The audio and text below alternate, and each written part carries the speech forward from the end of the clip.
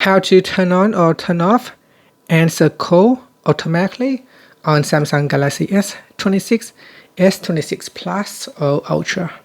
First, let's go back to the home screen. Then open up the phone application. Now tap on the More button. Then choose Settings. In Call Settings, we scroll down and tap on Answering and Ending Calls. From here, tap on Answer Automatically. Tap on the toggle button to switch it on or turn it off. This will allow you to answer call automatically. Here is a time duration, so after 2 seconds it will pick up the call.